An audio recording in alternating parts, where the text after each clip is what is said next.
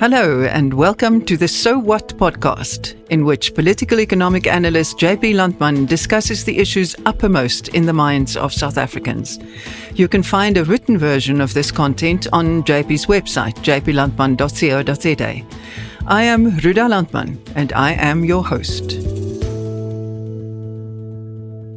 This podcast, dated the 27th of January 2025, is titled AMSA, the Sound and Fury of a Partial Closure. We came back from a delightful holiday in Namibia and walked into a storm. What was it about? Was it just about steel factories closing? Ostensibly, yes, it was about the announcement by ArcelorMittal South Africa, which we will refer to as AMSA, closing their long steel business. But in reality, Ruda, it's about much more. It's about import tariffs. It's about protection of local industry. It's about localization. It's about industrial policy. All these things came together in this AMSA issue. And it's what we do in this note in January. We unpack all these issues a bit.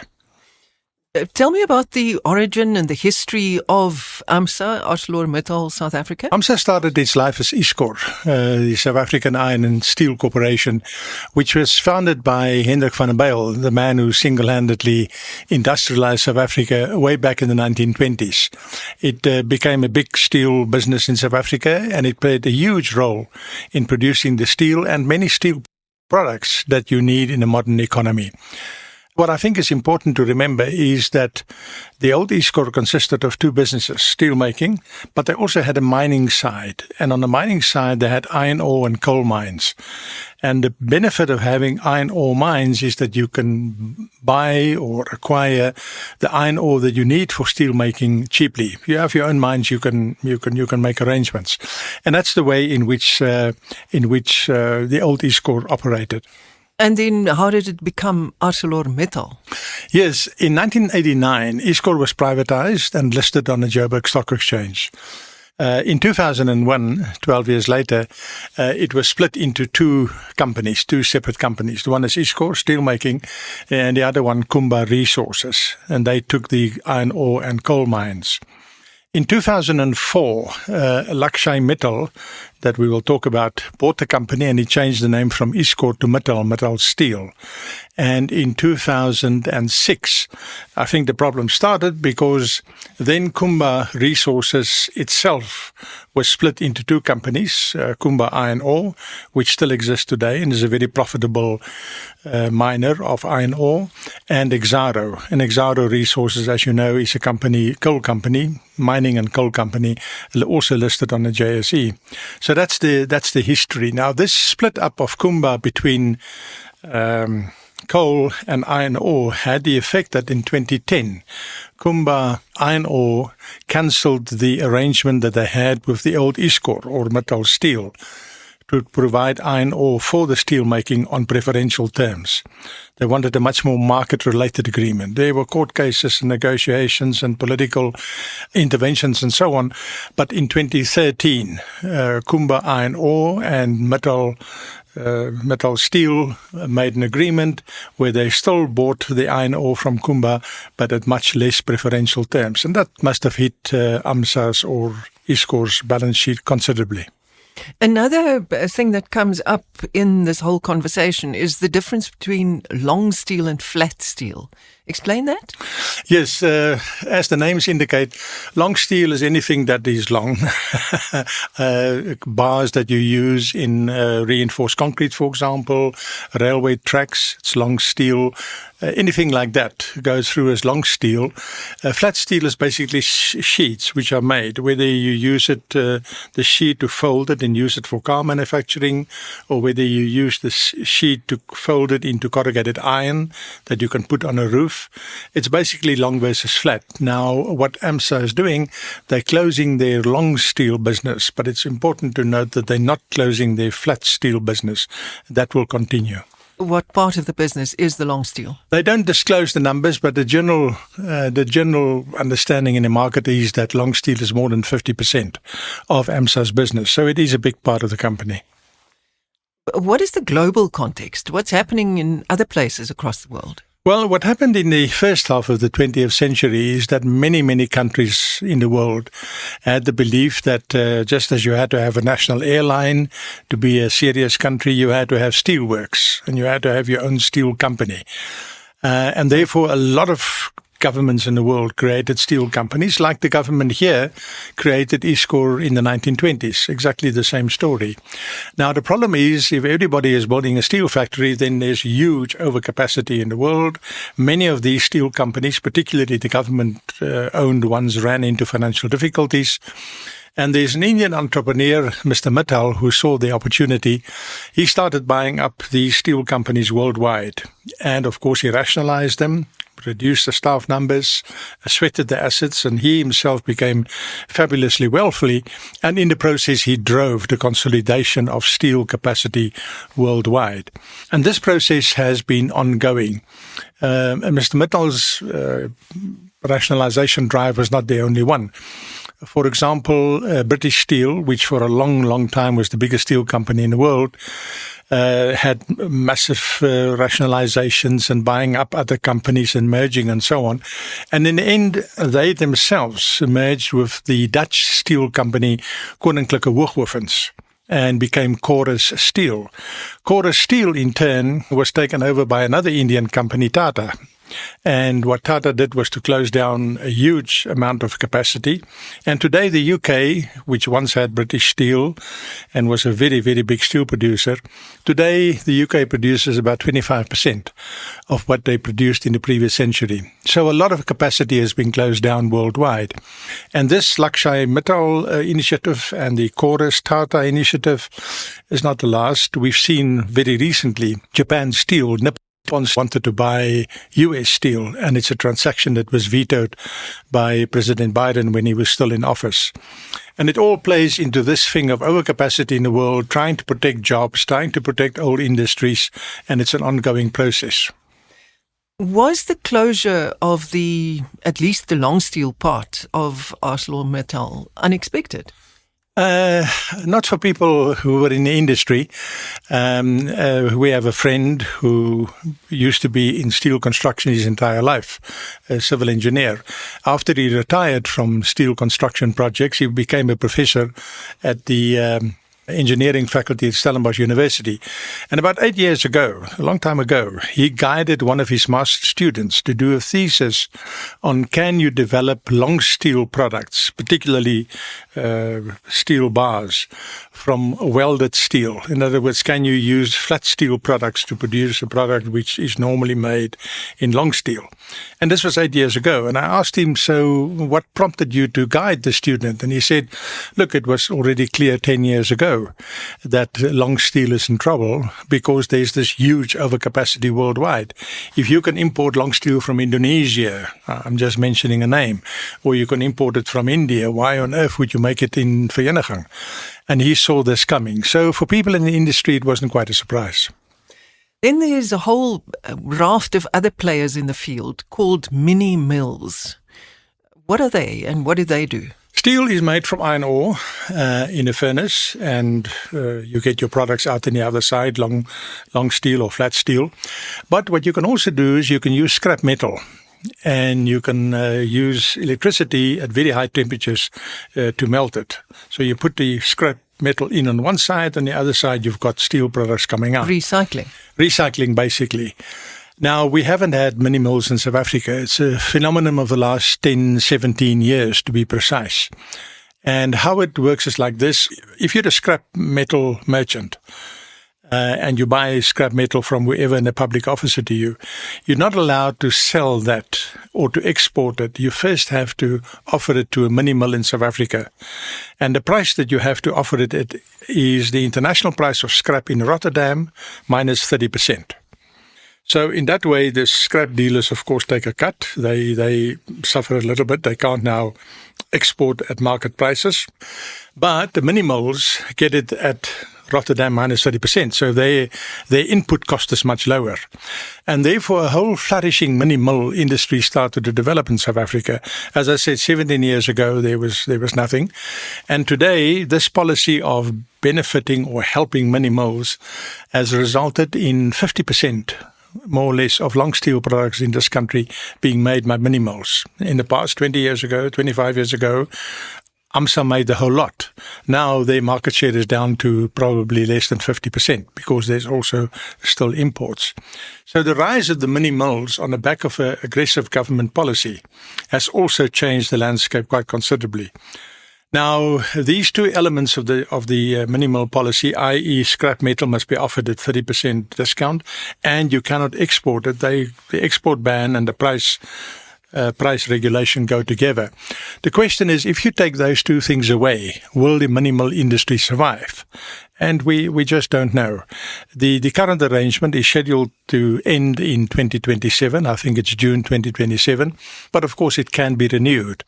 Now, ArcelorMittal and many other players in the country are pushing very strongly that it shouldn't be renewed, that in 2027, the subsidy effectively for the mini mill should fall away. We will see what happens in 2 years' time, and we'll have to see how many of the mini mills can survive. But I must just make one point quite clear. A lot of people think that the mini mills are just it's just a sort of an inferior operation.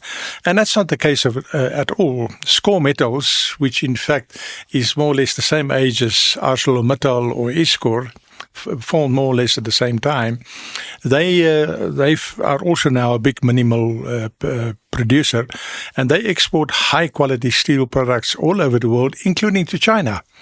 Now, there can't be too many companies that export steel products to China.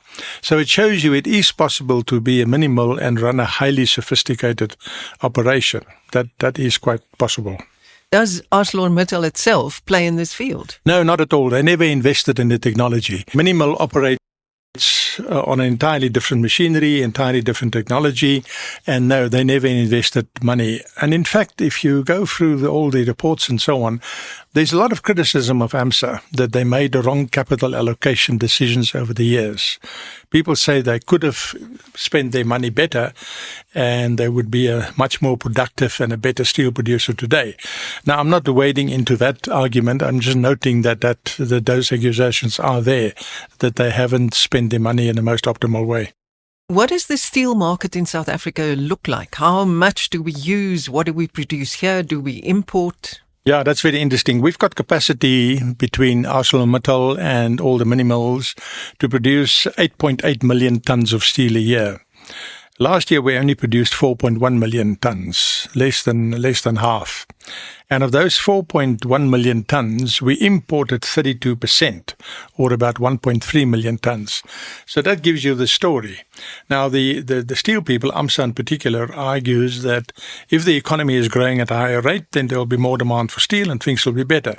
Well, that's of course true because steel demand is very sensitive to economic growth. 3% is much, much better than 1%. And as you know, we've been growing at 1%. That will change once you've got 3%. But does that mean that our full capacity will be utilized? Not necessarily, because, as I've said, even under these depressed conditions, we import 32% of our steel. So if there's a bigger demand for more steel, you may find that your imports also go up. Why do we import if we have the local capacity? It's all about price and quality. So, steel is not just steel, and steel products are not all of them are not made the same. I'll give you two examples. In previous times, in the old South Africa, when we still built railway lines, we imported 30 to 40,000 tons of railway tracks a year because the old Iscor then couldn't produce them locally. Today, we've got a very flourishing motorcar industry. We import about 300,000 tons a year for steel that go into the assembly of motorcars. So either the prices locally cannot compete with foreigners, or the quality is not there. So that's why you have imports, and that will probably carry on even if there's a higher demand for steel. Could tariffs make a difference with President Trump at the moment seeming to think that tariffs are the answer, whatever the question? Look, at the moment there is an import tariff on imported steel of about 9%. AMSA says it's not enough. They want 25%. And that really takes you to the heart of the matter. Do you force consumers to pay more for a product in order to protect the local industry, or do you subject the local industry to competition? And there's no clear answer on it. There's no right and wrong. It's a public policy choice that you make. AMSA likes to point out that there are countries like Mexico, for example, where there's 82% import tariff on steel. We've seen that President Joe Biden refused to take over by Nippon of U.S. steel. So it plays into jobs, into politics, into protection, localization, that sort of story. In the end, I don't think tariffs will make much of a difference. That's the experience worldwide. In the end, you have to have the best product at the best price. And to get to the best product at the best price, you need investment. You need the latest technology. You need the latest machinery. You need best practice. If you don't apply that, then you're not going to make it, irrespective of what the and I suppose you need scale. And you need scale. You absolutely, that's a very important point. You need scale. And if your local economy is not big enough, well, then you must be good enough to export. And that brings you back to best practice, best product, and so on. Yeah, so scale is absolutely important. If we look at the world today, in many industries, take, for example, electric cars, the Chinese are just way, way ahead. What do they have? They have the latest technology, better than anybody else, including Tesla, and they have scale. And that enables them to produce cars to the extent that build your dreams. The EV manufacturer in China has begun to outsell Tesla.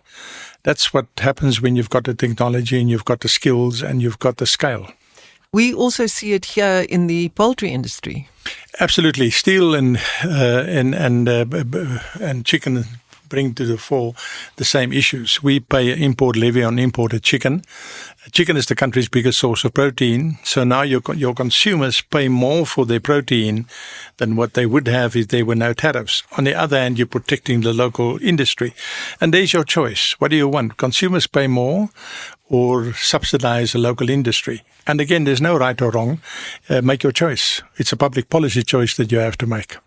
Shifting our focus back to steel, what's going to happen? What are the possible scenarios? Well, the interesting thing is, for the short term, it's important to note that at the end of November last year, SARS, the Revenue Service, imposed import tariffs on what is called structural steel products from China and Thailand. In the case of China, the levies are 52%. In the case of Thailand, 9%. So those are clearly two countries which are export products to us very competitively. That's why that's why they put it in.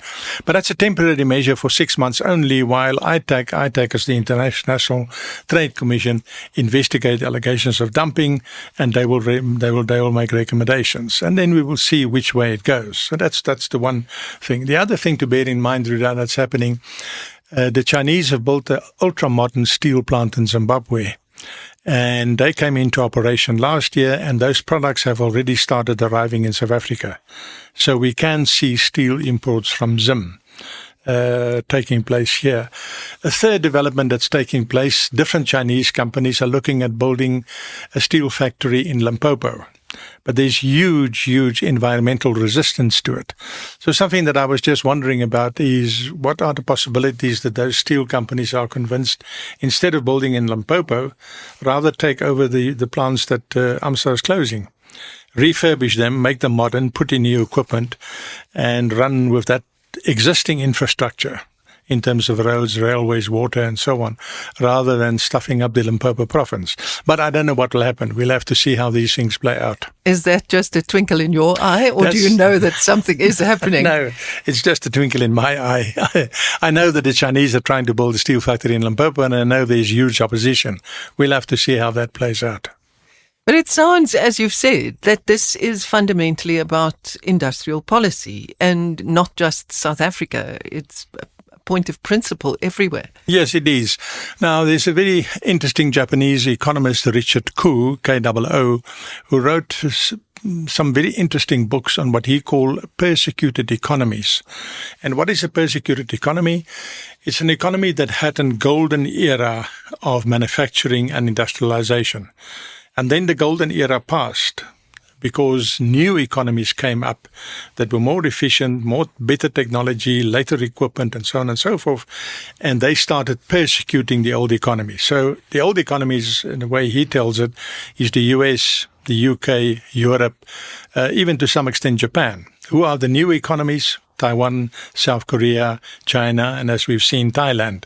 So they become to eat away. The hunters of yesterday have become the hunted of today, and they're new hunters persecuting the old hunters. This is a fundamental development that's taking place worldwide. And it's happening in a large number of industries.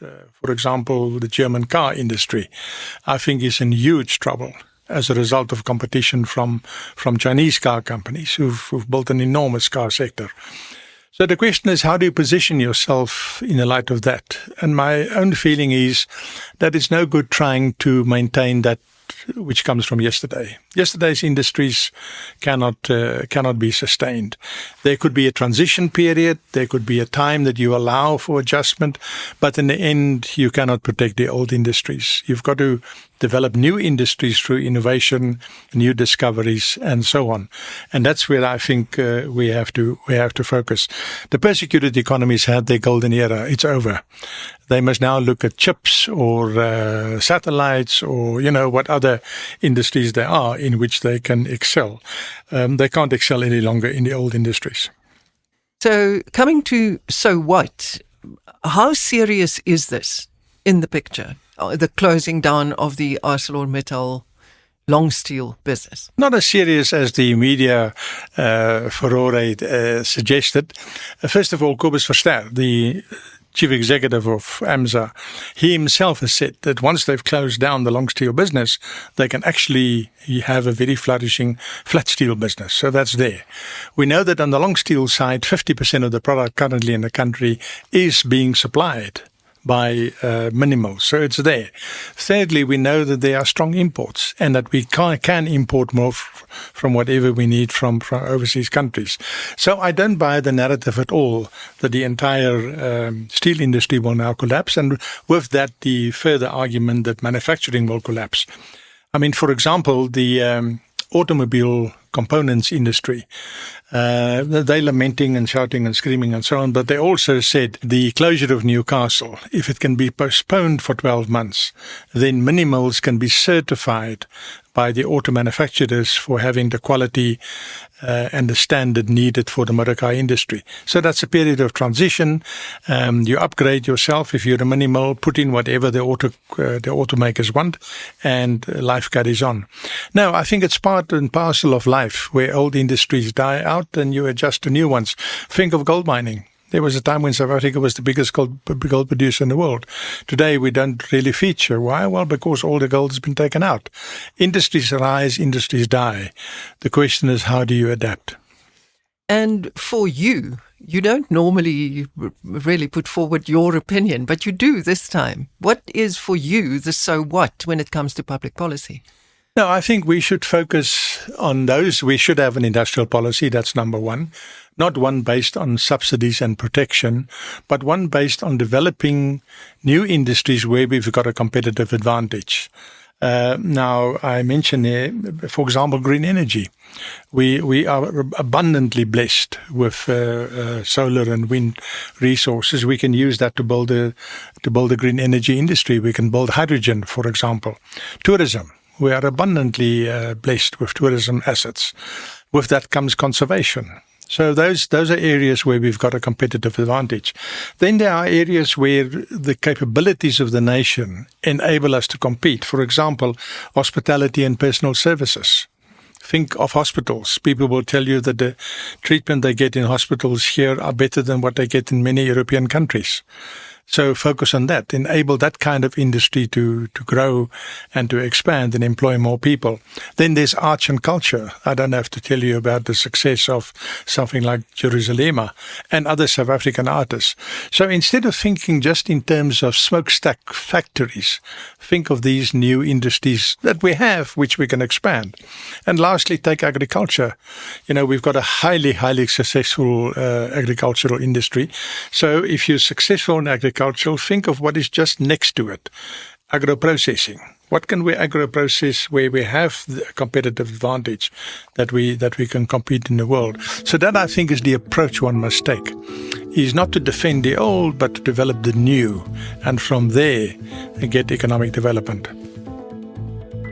Thank you for listening to the So What podcast. If you enjoy this content, please don't forget to leave a review and a rating, and please consider subscribing so you don't miss any future episodes.